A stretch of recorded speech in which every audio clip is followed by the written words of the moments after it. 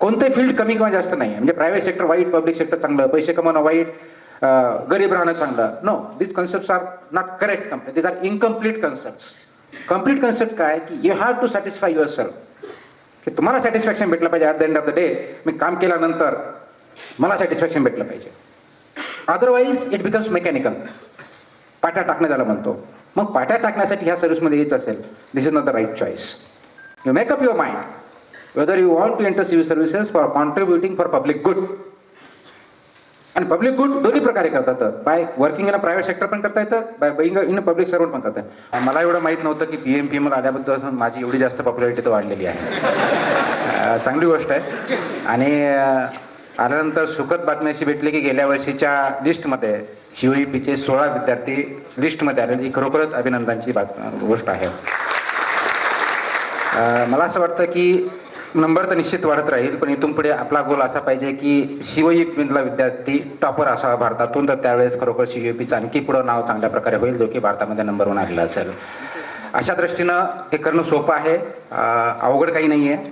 फक्त त्याला एक सिस्टमॅटिकपणे काम करण्याची गरज आहे. आणि ती सिस्टमॅटिकपणे काम करताना आवश्यक असलेलं मार्गदर्शन असेल, परिश्रम असतील, त्या दृष्टीने आपल्या सर्वांना काम करावं लागेल. एवढंच त्याच्या पाठीमागचा नियोजन असणं अपेक्षित आहे.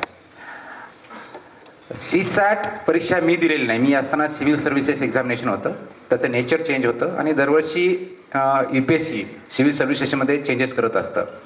म्हणजे एक 5-10 वर्षांनी पॅटर्न चेंज करतो, पण दरवर्षीच्या पेपरमध्ये पॅटर्न चेंज झालेला असतो. हे सटल असतो. हे आपल्या बऱ्याच वेळेस आपल्याला अभ्यास करताना किंवा तयारी करताना जाणवत नाही, पण त्याच्यामध्ये सटल चेंजेस असतात. आणि त्यांचे जे चेंजेस खूप महत्त्वाचे असतात. आणि जे विद्यार्थी, जे परीक्षार्थी किंवा ॲस्पिरंट्स आहेत, हे चेंजेस आत्मसात करतात, त्यांना यश भेटणं थोडं सोपं जातं ॲज कम्पेअर टू अदर्स. आणि म्हणून ही परीक्षा काय आहे हे जाणून घेणं गरजेचं आहे. बऱ्याच वेळेस असं होतं की आपण इंजिनिअरिंग करतोय, त्याच्यापेक्षा थोडी टफ परीक्षा असेल किंवा टफेस्ट एक्झाम असेल, म्हणून मला जास्त अभ्यास करावा लागेल. एवढ्यापुरतं जर आपण थांबत असू तर मला वाटत नाही की आपण सिव्हिल सर्व्हिसेसमध्ये ज्या पद्धतीनं सक्सेस व्हायला पाहिजे त्या पद्धतीनं आपण सक्सेस होऊ शकू. ही टफ एक्झाम डेफिनेटली आहे, परंतु ती तशी का आहे, त्याचा पर्पज काय आहे. ज्या पद्धतीची एक्झाम घेतली जाते, त्रिस्तरीय घेतली जाते, त्रिस्तरीय का घेतली जाते. म्हणजे CSATला ऑब्जेक्टिव्ह असतात, मेन्सला अगदी 1 मार्कापासून ते 60 मार्कापर्यंतचे प्रयत्न असतात, इंटरव्ह्यूला 275च्या का 160 मार्क येतात, तेवढे मार्क असतात. ही असा पॅटर्न का, याचा अभ्यास करणं गरजेचं आहे. बऱ्याच वेळेस आपण ज्यावेळेस अभ्यास करतो, काही विद्यार्थी सक्सेसफुल होतात, काही विद्यार्थी सक्सेसफुल होत नाहीत. एकाच रूममधले एकाच विषयाचे अगदी बरोबर इक्वल अभ्यास असणारे विद्यार्थी, एक जण सक्सेस होतो, दुसरा होत नाही. एक लिस्टमध्ये येतो, दुसरा लिस्टमध्ये येत नाही. एक टॉपर असतो, एक बॉटमला असतो. असं का, याचा विचार होणं गरजेचं आहे. आणि म्हणून त्या अनुषंगाने ही एक्झाम काय आहे ही समजून घेणं गरजेचं आहे. आणि हे जर आपण समजून घेतलं आणि त्यानंतर जर व्यवस्थित अभ्यास केला नियोजनबद्ध, तर मला वाटतं आपले कष्ट वाचतील, आपला वेळ वाचेल आणि आपल्याला जास्त प्रमाणात कमी कष्टामध्ये, कमी प्रयत्नामध्ये जास्त यश भेटू शकतं.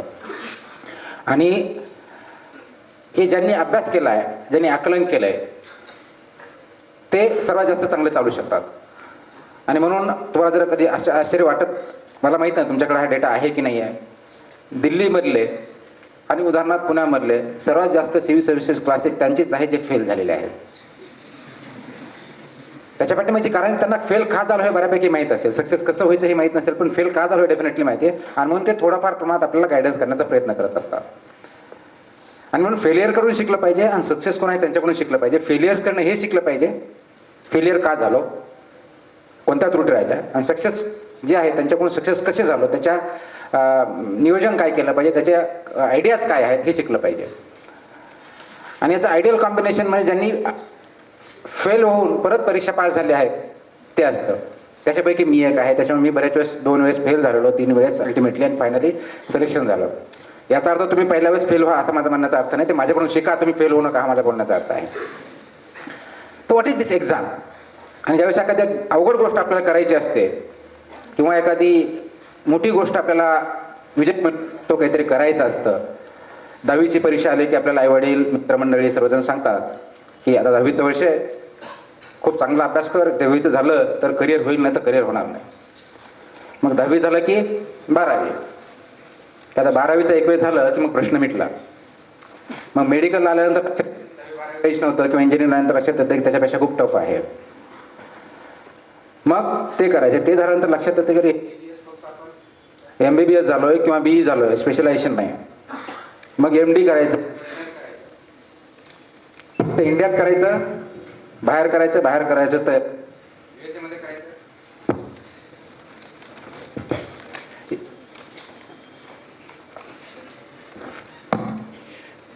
USA मध्ये करायचं का लंडन मध्ये करायचं? एक ना अनेक प्रश्न. हे सगळं करत असताना आपण हे प्रामुख्याने विसरून जातो की हे सगळं कशासाठी करायचंय. अगोदर BE म्हणजे मेकॅनिकल इंजिनियर होतं किंवा IT इंजिनियर व्हायचंय किंवा कम्प्युटर इंजिनियर व्हायचंय. मग कम्प्युटर झाल्यानंतर MS कशासाठी पाहिजे? तर नोकरी भेटण्यासाठी. मग MS सर्व जे आहेत त्यांना नोकरी जी तुम्हाला डिसाईड आहे हाय स्केलची किंवा जास्त पेमेंटची किंवा मोठ्या कंपनी जे काही आपले क्रायटेरिया असतील ते सर्व MS झालेला भेटते का? मग सर्वजण फक्त हाय क्वालिफिकेशनसाठी MS करतात का? आणि प्रत्येकाचा उद्देश कदाचित वेगळा असू शकतो. आणि म्हणून त्याचा उद्देश काय आहे हे आपण अगोदर शिकलं पाहिजे. तो BE आहे, ग्रॅज्युएट आहे, पोस्ट ग्रॅज्युएट आहे, कोणती फॅकल्टी आहे, याच्या पुरतं मर्यादित न राहता आपण सिव्हिल सर्व्हिसेस जर करणार असाल आणि तो कॉन्शियस कॉल घेतला पाहिजे. ते फक्त पोझिशन आहे, अँबर लॅम्प अगोदर भेटत होतो आता नाही आहे, अँबर लॅम्पचं ते आकर्षण ते आता नाही भेटू शकणार त्याच्यामुळे तोही नाही आहे. म्हणजे मला सिव्हिल सर्व्हिसेस का करायची? परीक्षा देण्याच्या अगोदर हा विचार करा.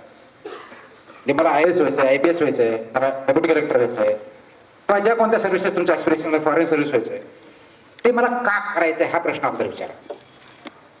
अदरवाईज तुम्ही परीक्षा द्याल तेवढी तुमच्यामध्ये इनर व्हॉइस, इनर स्ट्रेंथ नसेल, कदाचित पास व्हाल, त्याच्यानंतर लक्षात येईल की नाही यार माझा इंटरेस्ट नाही एवढा, मला दुसरं काहीतरी करायचंय, मग मध्येच सोडाल. मग काही जण म्हणतील मला झालं नाही, मी तिसरा चौथा जो काय अटेम्प्ट असेल तो मी देईल, मग त्याच्यातून होईल. पण अल्टिमेटली सक्सेस झाल्यानंतर तुम्हाला या गोष्टीमध्ये सिव्हिल सर्व्हिसेसमध्ये जाण्याचा उद्देश काय हा तर तुम्ही प्रश्न विचारला नसेल तर तिथं ब्लँक करा की मी नेमकं झालो IAS झालो पण पुढं काय? मग फक्त गाडी टून मिळवायचे, पैसे कमवायचे, स्टेटस कमवायचे, काम करायचे, काय करायचं? हे प्रश्न जर स्टार्टिंगला आपण जाणून घेतले तर ज्यांना पब्लिक फील्डमध्ये, पब्लिक सर्व्हिसमध्ये आणि पब्लिक सर्व्हिसच्या एक्झिक्युटिव्ह विंगमध्ये इंटरेस्ट आहे त्यांनी हे फील्ड चूज करावं. ज्यांना पैसे कमवायचे त्यांनी हे फील्ड चूज करू नये. माझा असं म्हणण्याचा उद्देश नाही की याच्यामध्ये येणारे पैसे कमवतात, ब्लॅक शिप्स असतात, व्हाईट शिप्स असतात, पण ॲज अ चॉईस म्हणून तुम्हाला जर पैसे कमवायचे असेल तर इंजिनिअरिंगच्या विद्यार्थ्यांना I think you can get bigger packages नाव. आणि ह्या अर्लियर तेवढ्या अपॉर्च्युनिटीज, आता एवढ्या अपॉर्च्युनिटीज आहेत all over the world and you can work wherever you want to, sit at home, at office, in the premises, wherever you want to, and you can work and still earn billions of dollars also. Then public service is not a choice for you. But if you want or you are aspiring to contribute in public field or public policy, and when I say public policy it means policy framing as well as policy execution. इथं जर तुम्हाला काही contribute करायची इच्छा असेल आणि ती मनापासून असेल then you choose this field. ती करण्याची इच्छा असेल तर ह्या फील्डमध्ये एंटर करा, अन्यथा एंटर करू नका. तर you can concentrate whatever your interest is. कदाचित माझा मेकॅनिकमध्ये इंटरेस्ट असेल तर I should create a car, I should create a machine, that's where I should be looking. कोणते फील्ड कमी किंवा जास्त नाही. म्हणजे प्रायव्हेट सेक्टर वाईट, पब्लिक सेक्टर चांगलं, पैसे कमवणं वाईट, गरीब राहणं चांगलं. No, this concepts are not correct. This are incomplete concepts. Complete concept काय की you have to satisfy your self, की तुम्हाला सॅटिस्फॅक्शन भेटलं पाहिजे. At the end of the day मी काम केल्यानंतर मला सॅटिस्फॅक्शन भेटलं पाहिजे. Otherwise it becomes mechanical. पाट्या टाकण्यात आला म्हणतो. मग पाट्या टाकण्यासाठी ह्या सर्व्हिसमध्ये यायचं असेल, this is not the right choice. You make up your mind whether you want to enter civil services for contributing for public good. आणि पब्लिक गुड दोन्ही प्रकारे करतात. By working in a private sector पण करता येतं, by being in a public servant पण करता येतं. But capacity differ.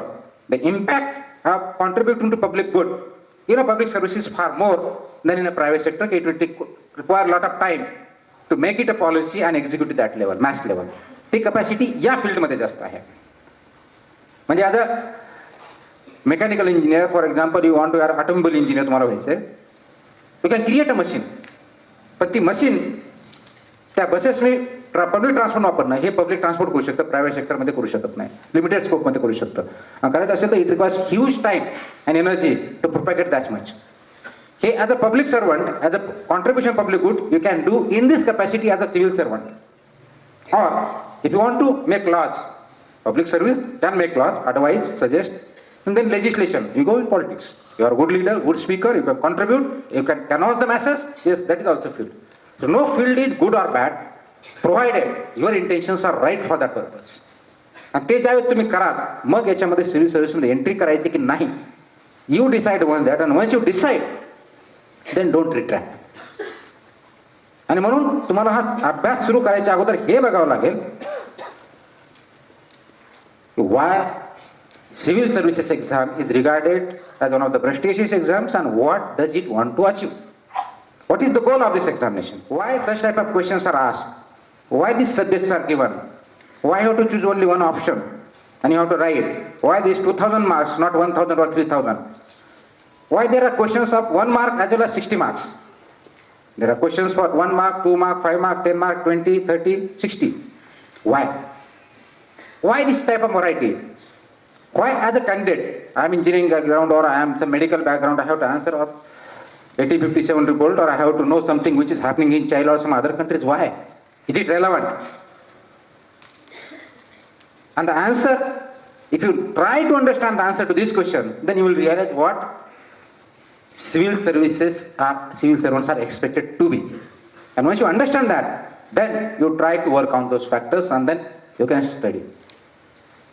So before starting preparation of an examination, what you need to understand, go to the website or a brochure of information about civil service exam, and there is preamble given to that. What is the intention of civil services? If you read that, you will come to know many things which otherwise you might not be knowing. आणि म्हणून तिथं जर आपण ते बघितलं, त्या वाचनातून लक्षात आलं, तर म्हणून तो पॅटर्न काय आहे हे त्याच्या पाठीमागचे आपलं कारण व्यवस्था कळेल. आणि once you understand that, then you start studying accordingly. That's how in management terms it is called management by objectives. That is started in 1950s, but now we have changed those concepts. Now there is a question whether MBAs is relevant or some other is relevant. Now, MBAs are not good leaders, so there is a leadership school now, public policy schools. Then there is IQ is more important or EQ is more important. There's a big debate in the world today also. Emotional quotient is important or intelligence quotient is more important. If that was the case, supposing intelligence quotient is more important, why toppers in civil services are not the best one in the performance, or vice versa? And today in the 21st century, when we have got a lot of evidence about human origins, human development, brain's development and actions, the way I am behaving, the you behave, everything can be analyzed from scientific point of view. And particularly with computing and IT, if we make a model, then you come to know the realities, what exactly is in your brain. The same way civil services examination tries to understand what type of person you are and are you fit to function as a civil servant in India. Because you are recruited to work in India, whether it's a rural India, urban India, whether it's a foreign service, administrative service, whether it's a police service or railway service, whether it's account service or defense service. A number of services are, though we have to aspire to be whether IAS, IPS, IFS, all India services and general services. When we try for civil services, we invariably try for 2 or 3 services, IAS, IPS, IFS, generally. And most of us want to be collectors or SPs, depending on the proclivity of the candidate. तुमची जी काय आवड असेल त्याच्यानुसार. तर हे असं का, त्याच्या रिक्वायरमेंट काय, ह्या एक्झामच्या दृष्टिकोनातून जो सिलेबस फ्रेम केला, ज्या प्रकारचे क्वेश्चन तयार केलेले, ज्या प्रकारचं स्ट्रक्चर प्रिलिम्स, सीसॅट, मेन्स आणि इंटरव्ह्यू केलेले, त्याच्या पाठीमाग कारण मिळवण्यासाठी आहे. आणि तुम्ही आता जर बघाल तर याच्यामध्ये हे लक्षात येईल की जो सिलेबस आहे, आता मी काय तो पूर्ण सिलेबस बघितलं नाही की मी क्वेश्चन पेपर बघितलेले नाही आहेत, पण त्याच्यामध्ये एक लक्षात येतं, अनालिटिकल अबिलिटीवरती खूप जास्त भर दिलेला आहे सध्या. If you look at the syllabus and the nature of questions, the huge importance is given to analytical abilities. Second issue जो दिलेला आहे, तो दिलेला ethical behaviour, ethics, there is one separate paper ethics. So why is that? Ethics paper आमच्या वेळेस नव्हता. आमच्या वेळेस 2 ऑप्शनल्स होते, general studies, languages which are there. Why ethics paper has been included? कारण आमच्या वेळेस एवढ्या व्हरायटी ऑफ क्वेश्चन्स नव्हते. आमच्या वेळेस एक 2 मार्काचे क्वेश्चन असायचे, 20 मार्काचे कसे, 60 मार्काचे असायचे, जो ऑप्शन होता. आता 1, 2, 10, 5, 20, 30, 60 अशा व्हरायटी ऑफ क्वेश्चन केलेले. Why is that? Why this changes are there? So this exam is become much more objective and much more analytical than it was earlier. आणि म्हणून त्या दृष्टिकोनातून याचा सिलेबस बघणं गरजेचं आहे. आणि मग तुम्हाला ज्यावेळेस तयारी करायची आणि त्यावेळेस तुम्ही कॉलेज लाईफमध्ये आहात, it's a good time to start study. आणि you are in engineering. So engineering is one where your scientific bent of mind exists. That's assumed because once you entered engineering, it means that you have scientific bent of mind. So cause-effect relationship. The same cause-effect relationship has to be analyzed in civil services point of view. Because your ability checked from the point of view of contribution to public good, which you are going to serve for 30, 35, 25, 40 years of service. And if you take that into consideration, मग तुम्ही सिलेबसकडे बघा आणि परीक्षेची तयारी करा, तुम्हाला त्याच्यामध्ये यश निश्चित भेटेल. पण हे करत असताना एक नियोजन करायला पाहिजे, एक नियोजन पद्धत पाहिजे आणि त्याच्यावरती काम करावं लागेल. हे नियोजन कसं पाहिजे, कोणत्या अप्रोचनी केलं पाहिजे, that's what I am going to tell you. ही अप्रोच कसा पाहिजे. मी तुम्हाला ह्या टिप्स नाही देऊ शकणार की तुम्ही हिस्ट्री कसं वाचलं पाहिजे, हा क्वेश्चन आला तर काय केलं पाहिजे. I can give you approach. त्या अप्रोचवरती चालायचं की नाही तुम्हाला वाट दाखवू शकतो मी. त्या वाटेवरती चालायचं की नाही हे तुम्हाला डिसाईड करायचं. कसं चालायचं तुम्हाला डिसाईड करायचं. But there is no shortcut. Remember this, there is no shortcut. You have to work hard definitely, but work smartly as well. फक्त हार्ड वर्क करून चालणार नाही, बैल मेहनत करून चालणार नाही, तुम्हाला स्मार्टली काम करावं लागेल. आणि ते जर केलं तर मला वाटतं की तुम्हाला यश ॲज अर्ली ॲज पॉसिबल भेटू शकतं. बऱ्याच वेळेस आपण बोलत असतो की लक फॅक्टर याच्यामध्ये खूप असतो. आता मला माहीत नाही लक फॅक्टर असतो की नाही. तुमच्यापैकी किती जण बिलीव्ह करता लक फॅक्टर असतो की नाही. हात वरी करायचे. 1, 2 फक्त. Good. Scientific bend of mind जास्त दिसतो इथे जरा. Okay. What is luck? Anybody? गेल्या वेळेस आलो होतं त्यावेळेस थोडंफार मी सांगितलं होतं, पण व्हॉट इज लक? या.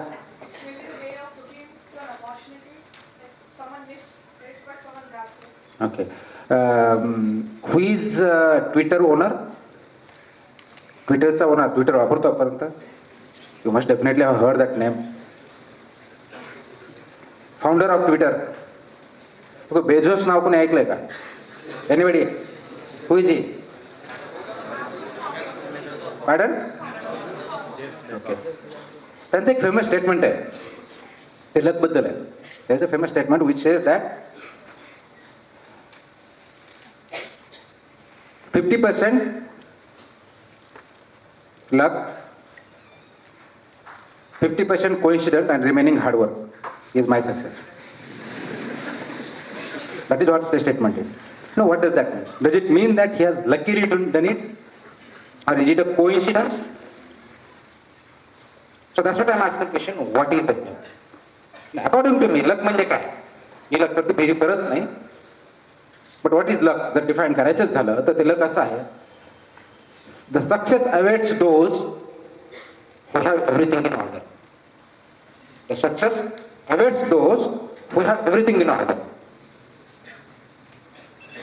काय करतो म्हणजे काय, प्रत्येक गोष्ट ऑर्डरली झाली, सिस्टमॅटिक झाली, इन अ पर्टिक्युलर पॅटर्न झाली, ऑटोमॅटिक चेंज करतो. तुम्हाला जर असं आठवत असेल की एखादा विद्यार्थी सक्सेसच असतो, मग तुम्ही त्याला लक ही लकी चार्म, मिडास टच. मग महेंद्रसिंग धोनीला मिडास टच नंतर कुठे गेला, एवढा लक होता, रिझल्ट केलं म्हणून गेला. सो एव्हरीथिंग इन ऑर्डर याचा अर्थ असा आहे की तुम्ही plan, it has to be plan in that particular way, depending on the situation and requirements. If you plan properly, if you execute properly, results are going to follow you. आणि मग त्या दृष्टीने लक्कडे बघितलं तर एक्झाम सुद्धा त्या दृष्टीने lucky होऊ शकते. If you plan, if you execute, result will follow. So accordingly you will have to plan. आणि म्हणून तुम्हाला तुमचं लक बनवायची संधी डेफिनेटली याच्यामध्ये आहे, कॉन्ट्रीब्यूट करण्याची संधी आहे. You can have huge status जे की कोणत्याही प्रायव्हेट सेक्टरमध्ये खूप रेअरली होतं. पब्लिक सर्व्हिसमध्ये जे भेटतं over and above salary is status. ते generally most of us 99% of us कुणाला भेटत नाही. So that is an advantage and attraction. One of the thing yes मला फेमस व्हायचं. You can become famous by actor also. Public contribution जे असतं त्याचं आता सांगितलं की कोणतरी सिनियर सिटीजन म्हणलं की तू चुकत नसला तर भिऊ नको, मुंडे तुमच्या पाठीशी आहे. This does not come easily. That is what if you are interested you come in this field. That belief has to be in you. आणि त्यासाठी तुम्हाला काम करावं लागेल. आणि म्हणून हे जर करायचं असेल तर you have to analyse everything. Macro picture समोर दिसतो IAS IPS. ते गोल करण्यासाठी तुम्हाला मायक्रो स्टेप आतापासून घ्यावे लागतील. आणि त्या मायक्रो स्टेप ह्या सिस्टमॅटिक असल्या पाहिजेत. What are those steps? If you analyse मग त्या दृष्टीने केलं पाहिजे. आणि म्हणून पहिलं CSAT, देन मेन्स आणि देन इंटरव्ह्यू. हे जर करायचं असेल तर start with why as I told you, not with what and how. Generally आपण काम करताना काय इथून सुरुवात करतो, नंतर कसं त्या विचार करतो, आणि जर उरलं सुरलंच तर कशासाठी याचा विचार करतो. याचा अगदी उलटं रिव्हर्स करायचं पूर्णपणे. First question you have to ask in why, का, then how, and then what. If you do this, most of the things you will come to know the best things are planned in this way. Most effective things are planned in this way. If you start with what, how and why, you will achieve what you will be the last one to achieve.